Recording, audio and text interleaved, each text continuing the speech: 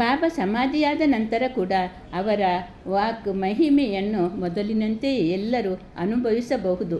ನನ್ನಲ್ಲಿ ನಂಬಿ ಇಡೀ ನಾನು ಇಹಲೋಕವನ್ನು ತ್ಯಜಿಸಿದರೂ ಸಹ ನನ್ನ ಸಮಾಧಿಯಲ್ಲಿರುವ ನನ್ನ ಎಲುಬುಗಳು ನಿಮಗೆ ಧೈರ್ಯ ಮತ್ತು ಭರವಸೆ ನೀಡುತ್ತದೆ.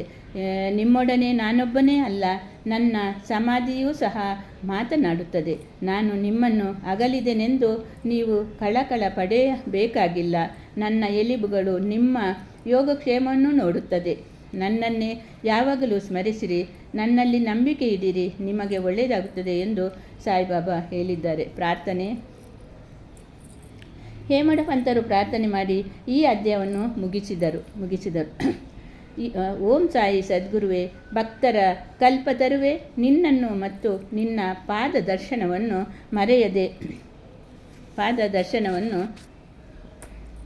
ಸಾಯಿ ಸದ್ಗುರುವೇ, ಭಕ್ತರೇ ಕಲ್ಪತರುವೆ, ನಿನ್ನನ್ನು ಮತ್ತು ನಿನ್ನ ಪಾದ ದರ್ಶನವನ್ನು ಮರೆಯದಂತಹ ಶಕ್ತಿಯನ್ನೂ ನೀಡು.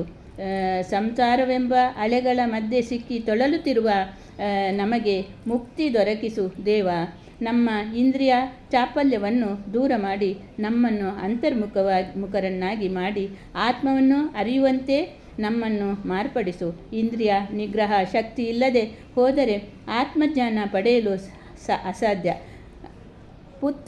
ಪುತ್ರ ಮಿತ್ರ ಕಲತ್ರ ಯಾರೂ ನಮ್ಮ ಅಂತ್ಯದಲ್ಲಿ ನೆರವಾಗಲಾರರು. ಮುಕ್ತಿ ಮತ್ತು ಆನಂದ ದೊರಕುವುದು ನಿಮ್ಮ ನೆರವಿನಿಂದ ಮಾತ್ರ. ಅರ್ಥಹೀನ ವಾದ ವಿವಾದ ಮತ್ತು ದುಷ್ಕರ್ಮ ಪ್ರವೃತ್ತಿಯನ್ನು ಪೂರ್ಣ ನಾಶ ಮಾಡಿ ಯಾವಾಗಲೂ ನಮ್ಮನ್ನು ನಿನ್ನ ನಾಮಸ್ಮರಣೆ ಮಾಡುವಂತೆ ನಮ್ಮ ನಾಲಿಗೆಗಳನ್ನು ಉತ್ತೇಜಿಸು. ಅಶಾಂತಿಯನ್ನು ತೊಲಗಿಸಿ ನಮ್ಮನ್ನು ನಿಶ್ಚಲ ಮತ್ತು ಪ್ರಸನ್ನಚಿತ್ತರನ್ನಾಗಿರಿಸು. ನಿನ್ನ ದಯೆ ಮತ್ತು ಪೂರ್ವ ಜನ್ಮದ ಪುಣ್ಯ ವಿಶೇಷಗಳ ಪ್ರಯುಕ್ತ ಈಗ ನಿನ್ನ ಲೀಲಾಮೃತವನ್ನು ಭೋಜನ ಮಾಡಿಸಿ ನಮ್ಮನ್ನು ಅಜ್ಞಾನದ ಸಂಕೋಲೆಯಿಂದ ನೀನು ವಿಮುಕ್ತಿಯನ್ನು ಮಾಡಿದರೆ ನಾವೇ ಧನ್ಯರು. ಸೂಚನೆ. ಈ ಸಂದರ್ಭದಲ್ಲಿ ದಾಮಣ್ಣ ಅವರ ಹೇಳಿಕೆಯನ್ನು ಪರಿಶೀಲಿಸುವುದು ಸೂಕ್ತವಾಗಿ ಕಂಡುಬರುತ್ತದೆ. ನಾನು ಕೆಳಕಂಡ ಈ ಪ್ರಶ್ನೆಗಳಿಗೆ ವಿಚಾರ ಮಾಡಿಕೊಂಡು ಬಾಬಾ ಅವರ ಮುಂದೆ ಕುಳಿತಾಗ ದೊರಕಿದ ಉತ್ತರಗಳು ಈ ರೀತಿದೆ. 1. ನಿಮ್ಮ ಹತ್ತಿರ ಅನೇಕರು ಗುಂಪಾಗಿ ಬರುತ್ತಾರೆ. ಎಲ್ಲರಿಗೂ ಫಲ ದೊರೆಯುವುದೇ? ಬಾಬಾ ಅವರ ಉತ್ತರ. ಪುಷ್ಪಭರಿತವಾದ ಮಾವಿನ ವೃಕ್ಷವನ್ನು ನೋಡು. ಆ ಹೂಗಳೆಲ್ಲ ಫಲವಾದರೆ ಎಷ್ಟು ಒಳಿತು. ಆದರೆ ಎಲ್ಲವೂ ಹಣ್ಣಾಗುವೆಯೋ? ಎಷ್ಟೋ ಪುಷ್ಪಗಳು ಚಲ್ಲಿ ಗಾಳಿ ಬೀಸಿ ಇವುಗಳ ಸಿಕ್ಕಿ ಉದರಿ ಹೋಗುತ್ತದೆ. ಕೆಂಪು ಮಾತ್ರ ಫಲವನ್ನು ಹಣ್ಣಾಗುತ್ತದೆ. 2. ನೀವು ಸಮಾಧಿ ಹೊಂದಿದ್ದರೆ ನಾನೆಷ್ಟು ನಿರಾಧಾರನಾಗುತ್ತೇನೆ. ನಾನು ಬದುಕಿರುವುದು ಹೇಗೆ ಸಾಧ್ಯ? ಉತ್ತರ. ನೀನು ಎಲ್ಲಿಯಾದರೂ ಇರು, ಏನೂ ಮಾಡುತ್ತಿರು, ನನ್ನನ್ನು ನೀನು ಸ್ಮರಿಸಿದಾಗಲೇ ನಾನು ನಿನ್ನ ಬಳಿ ಇರುತ್ತೇನೆ.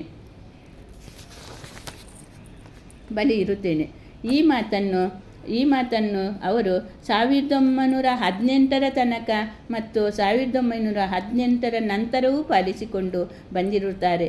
ಈಗಲೂ ನನ್ನೊಡನೆ ಇದ್ದಾರೆ, ನನಗೆ ಮಾರ್ಗದರ್ಶಕರಾಗಿದ್ದಾರೆ.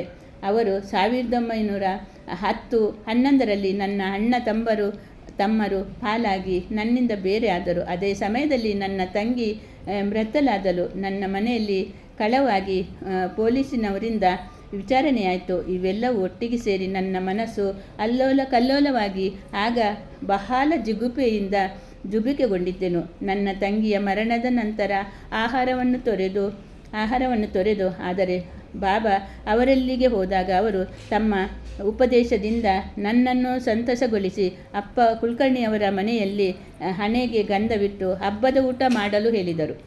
30 ವರ್ಷಗಳಿಂದಲೂ ಸ್ನೇಹಿತನಾಗಿ ಜೊತೆಯಲ್ಲಿ ಇದ್ದ ಒಬ್ಬನು ನನ್ನ ಪತ್ನಿಯ ಆಭರಣವನ್ನು, ಪೆಟ್ಟಿಗೆಯನ್ನು ಮತ್ತು ಅವಳ ಮಂಗಲದಾಯಕ ಮೂಗುತಿಯನ್ನು ಸಹ ಕದ್ದು, ಆಗ ನಾನು ಬಾಬರವರ ಫೋಟೋದ ಮುಂದೆ ನಿಂತು ಕಣ್ಣೀರಿಟ್ಟೆ. ಮರುದಿನವೇ ನನ್ನ ಸ್ನೇಹಿತನು ಜೊತೆಗೊಂಡು ಹೋಗಿದ್ದ ಎಲ್ಲ ವಸ್ತುಗಳು ಮರಳಿ ತಂದುಕೊಟ್ಟು ನನ್ನನ್ನು ಕ್ಷಮಿಸಬೇಕೆಂದು ಬೇಡಿದನು. ಶ್ರೀ ಸಾಯಿ ಪ್ರಣಾಮ. ಗುರುಬ್ರಹ್ಮ ಗುರುವಿಷ್ಣು ಗುರುದೇವೋ ಮಹೇಶ್ವರ ಗುರು ಸಾಕ್ಷಾತ್ ಪರಬ್ರಹ್ಮ ತಸ್ಮೈ ಶ್ರೀ ಗುರುವೇ ನಮಃ. ತಸ್ಮೈ ಶ್ರೀ ಗುರುವೇ ನಮಃ.